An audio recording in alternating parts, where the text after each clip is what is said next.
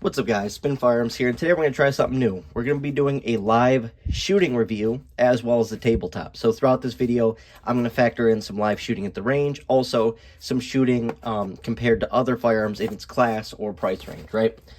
And making history, the first time that I have a really hard time being objective about a firearm, even with its price range, right? People talk down on the CZ-P10M because it had a bad trigger. Trigger's like 6.5 pounds, but it's smooth, it's clean, it's short reset. It's a great trigger if you factor in that stuff for a pocket pistol and that, right? So I see the good in things. Also, it's a CZ, so it's reliable, has a nice finish, a whole lot going for it, right? So I can see and be objective to why someone would buy something. The price, $300 for a CZ, $270, $250, $230 as low as I saw them. You can, be objective about it. This shield was $225 new. Yeah, it's only 8+1 with capacity, but it's a great shooting handgun. For the price, you're getting a reliable gun. Therefore, I can justify some of this stuff. One of my favorite handguns, one of my first, the LC9S. Never a single problem with this. Never a single issue. So, stuff like that allows me to justify purchases. But the APX A1 carry from Beretta is just, it's a hard one. But it's not all bad. Let's get into it. The Beretta APX carry, what does it come with? Absolutely nothing. One mag. Now, I will tell you, I paid $219 for it, so, you can say what you want about that. $219, if I would have paid $219 or $230 with two mags, now we're talking a little bit, right? That changes it. But $220, and I can't even carry this handgun because I don't have a backup mag right out of the box after, training with it, that's a problem because now you're buying a new mag and you already upped the price to $250. So it sort of defeats the purpose of such a low price, right? But let's go over this thing. And then I'll show you the first shots and stuff like that. Tempting editing, so, give me a break. Positives. Obviously, I'll show clear first. Positives. Texturing. The texturing is really nice on it. The ergos aren't the greatest because it's so dang thin. It's like ridiculously thin. But the texturing is really good. And what I did realize is this was very smooth on recoil. Had less recoil than the LC9S. Had less recoil than the CZ-P10M. Did not have less recoil than the Shield. But obviously it's different for everybody who shoots it. My mom actually shot these with me, and she actually liked the way this shot in terms of recoil better than all of them, even better than the Shield. So that was pretty interesting, and two of them have hoe grips, which also helps with the recoil. On top of that, like I said, texturing, memory pads, they did a good job with the texturing. This right here is 8+1. That's a little ridiculous. This right here is going to be 9+1. For the CZ, and you can see it's just ridiculous in length. Right here's 8+1 with the Shield, which probably is comparable. Even shorter with the Shield. So this is going to be longer than a 43X, boasting only 8+1, which it is what it is. If it's reliable and you just want a backup or a pocket pistol, because remember, it takes a flush mag, 6+1, that could easily fit in your pocket. So that is a benefit, that it can take the 6+1 and be pocket carried. That's where the long, heavy, weird, spongy, every other descriptive word for it comes in for that trigger, might have its place. Might.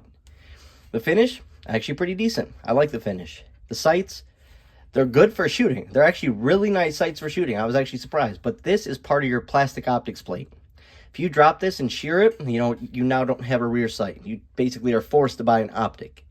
Which I would recommend an optic on this handgun. I think it would help a lot with that trigger, but we'll touch on that.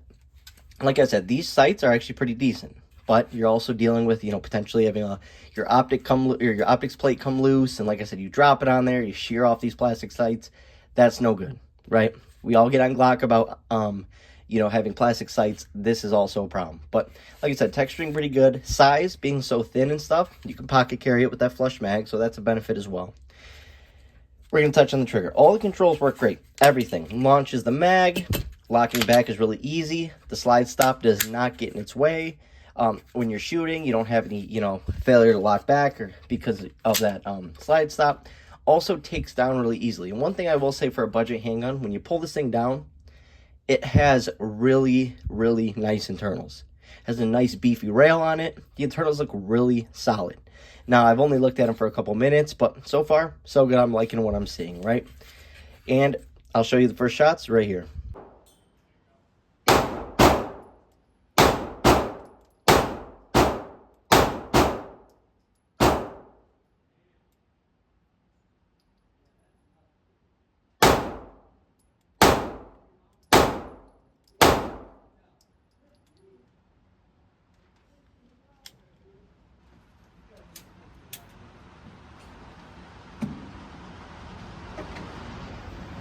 The APX A1 carry, like I said, comes optics ready, $220, you know, has a lot going for it. What people don't know is I actually had the first version of this that wasn't optics ready. It was just the APX carry, not the A1. And I got rid of that handgun, which I don't get rid of handguns unless they're absolutely garbage. And like you could see, I was having a hard time shooting groupings with this handgun, and that's rare. I can shoot anything pretty easily and relatively fast. Small handguns, big handguns, whatever. This, though, was an exception. I was struggling to keep tight groupings even while taking my time. I also put in here me shooting against these four.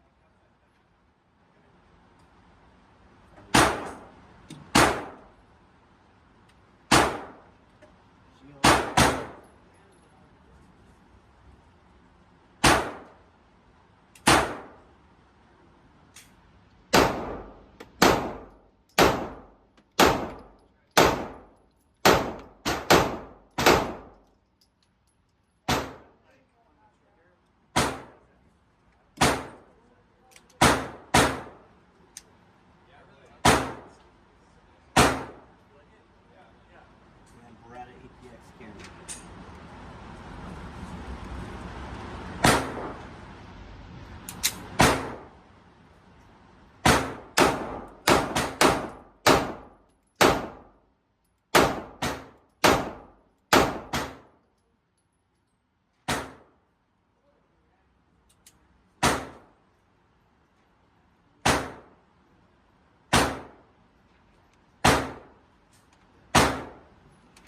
And yeah, so that's me shooting this Beretta compared to other handguns in its price. This, I found used ones for $250. LC9Ss you can find used for $200. I bought this for $225, and I've seen shields as low as $200. So you might as well buy used against this handgun, because look at this trigger.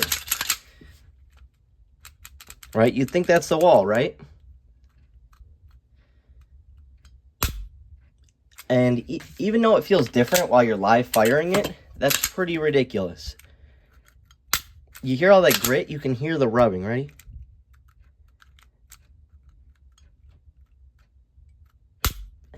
Right. So, it's ridiculous. Then reset.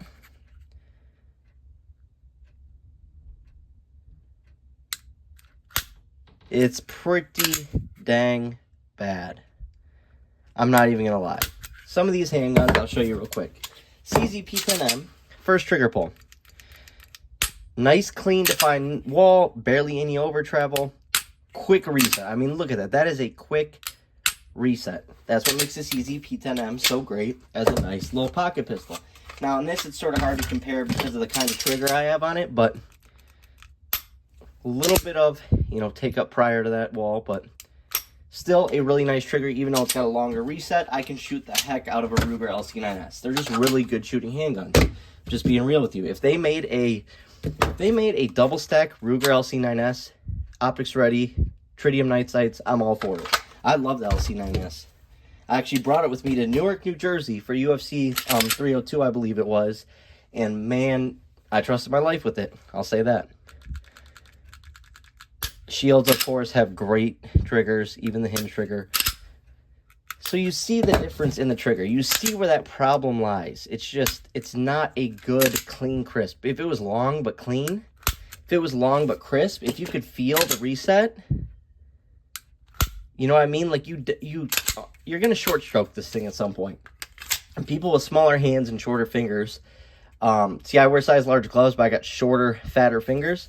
You may have a hard time. I don't have a problem with it, but you may have a hard time short stroking that thing because you just don't know when that reset is going to go. So for $220, objectively speaking, it's hard to even want to pick this up. Now, if you own one, I'm not saying get rid of it if you've gotten good with it, because one thing I will say is it's been reliable. It ran gold dots. It ran the, I think we were shooting S&B ammo, and it ran it just fine. And we put, you know, a couple hundred rounds through it, no problems, no issues. So what would I use this for? Because I am going to hold on to it for future reviews and stuff like that. What would I keep it for? One, my mom likes shooting it. So if my mom likes shooting something, I'm going to keep it for whenever she comes to visit. She can have it as hers and shoot it at the range.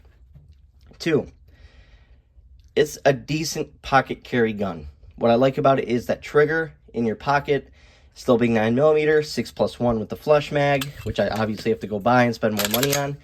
I'm fine with that. Because up close and personal, as a get-off-me gun, a backup gun, there's nothing wrong with this. But as your main carry, when you can get a shield that's used for the same price, it's very, very hard to justify. I did not realize how long the Beretta was. That's insane. There's like no way I can justify this being like something I recommend to people. Like I said, if you own it already, fine. It's a decent gun. If it's reliable, that's what truly matters. If you like it, I'm all for it. But for me, in terms of what I like, and I'm not a trigger snob. I'm not one of those people. You guys know I like everything.